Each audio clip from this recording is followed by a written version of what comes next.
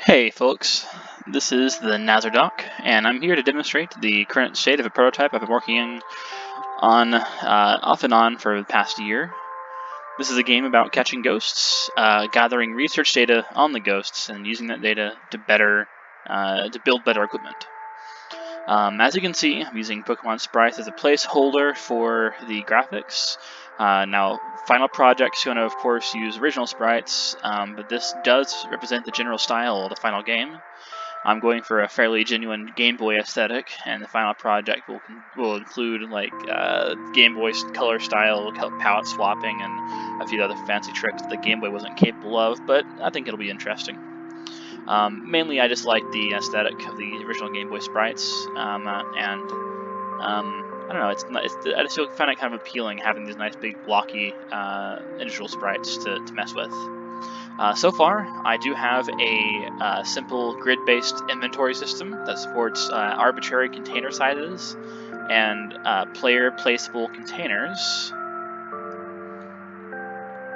And let's show off one of those containers here. I'll just open up my spawning menu, and we'll plop down an inventory chest. And there's that container. We can move objects around. I got some placeholder objects here. Alright. Now, the world itself here, as you can see, is separated into floors. You've got the entire world is kind of sandwiched, is kind of sliced in these sections. So anytime you're in an area, it makes the entire top layer disappear, and this is because I'm using tile layers to build the world out. So there's two main floors above ground. So there's a roof across the top one. There's a top layer, a bottom layer, and then in addition to that, I have two below ground layers as well. Two below ground worlds, at least, floors. Here's my bottom floor, and here is the inside view of that bottom floor. This is the sub-level. Now, this is a pretty efficient way of doing things. I've got this just one big tile layer for each section of the world, and there's multiple sub-layers on each tile layer.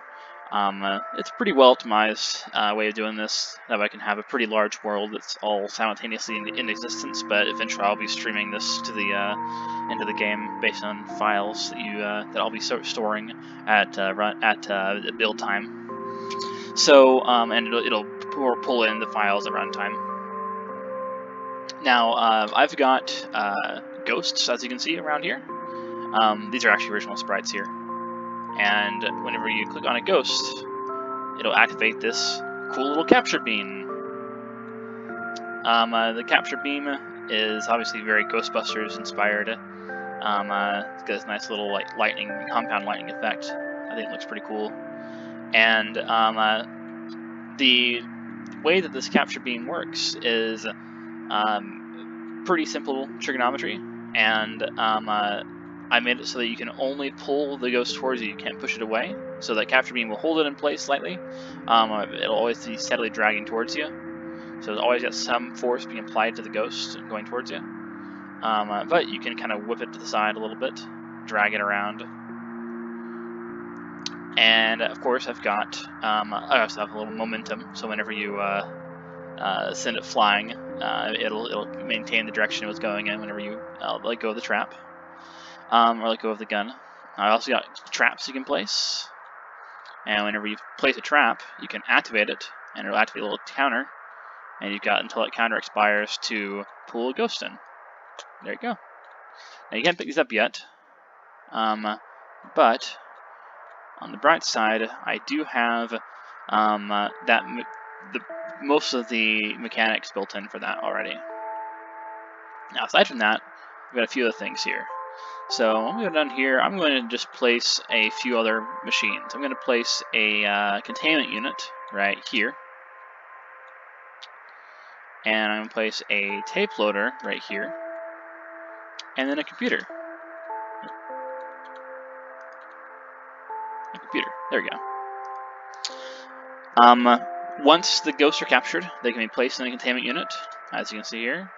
Now I can't interact with this much yet, but it's got a power button, at least. You'll be putting the traps that are loaded into this containment unit, unloading them. Now, loading them into the unit is going to require a nearby computer to connect to it first. So here's a computer terminal. I'm power it on. It's going to initialize. I'm going to find connections, and there we go. I've got a tape loader, I've got a containment unit, and of course another computer terminal. That's the one that's upstairs, actually. I'm going to select the containment unit. And it's not doing a whole lot right now because I don't have any functionality for actually managing it yet. But what's going to happen is whenever the ghosts are in the containment unit, you will use those containment units and some other equipment to gather research data on the ghosts that you've captured. And that's the primary progression mechanic. And that data you collect will get stored on nearby tape loaders, on magnetic tapes. So anytime you move things, or you want to move data around from one computer to another, you've got to go up to the tape unit, move it off to another tape unit, and then load it into the other machine. So there's not going to be any way of connecting a tape unit between two things. You have to physically move the tape unit between them. Why? I just kind of like the retro futurism vibe. I like the old style equipment. It's just kind of fun for me. I like that kind of